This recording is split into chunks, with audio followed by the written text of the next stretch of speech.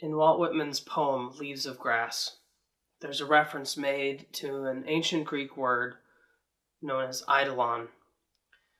And what Whitman seeks to represent with it is a model, a form, which all arts and all beauty are based off of.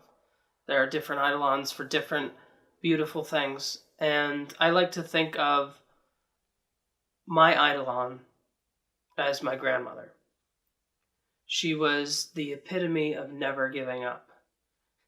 She would babysit infants and toddlers at 85 and was seen in home videos with a baby on her hip. She went back to school after raising 5 children and working a career, and she got her master's at the age of 75.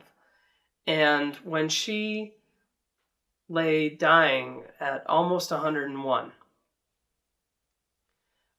her dying wish for me, remember how the conversation went. She said, "Luke, is there any cure for your problems?" Because at that time, I had not made this incredible change that I have in the last 3 years. And I said, "No, Grandma, I don't think there is a cure because it's too close to the soul."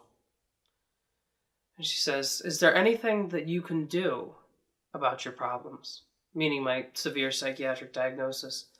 And I said, "Well, some people say if you manage your illness enough, you can learn to live a fulfilling and beautiful life, even with your mental illness."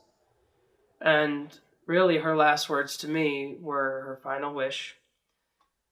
"Well then, Luke, someday I hope you learn to live a beautiful life with your illness." And I left that day, and it was a very emotional day, and we were all very emotional in my family. But I remember when I got the call that said she had actually passed a few days later, I leaned my head against the wall in my subsidized apartment. I'd never worked a day in my life. I'd been permanently disabled since 18 years old, been suicidally depressed all of the time for the last 10 years. And I decided even if I wasn't willing to remake my life for myself, that I would do it for her. And ever afterwards, that was the moment where I turned my life around. It's where my metamorphosis started. And she was my Eidolon. She was the reason, or one of the reasons I didn't give up. And her dying wish propelled me to remake my life like I still don't realize how it could have been possible. And it's funny, now I work with youth and children who suffer from diagnoses as well, severe psychiatric diagnoses. And I love every minute of it.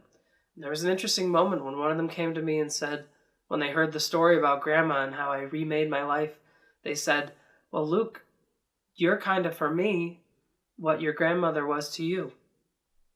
And I said in that moment, I said to them, "Well then, you go and be Luke for someone else too.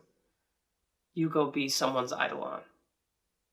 And I think that's how you defeat sadness, is when you give someone the purpose to give hope to others.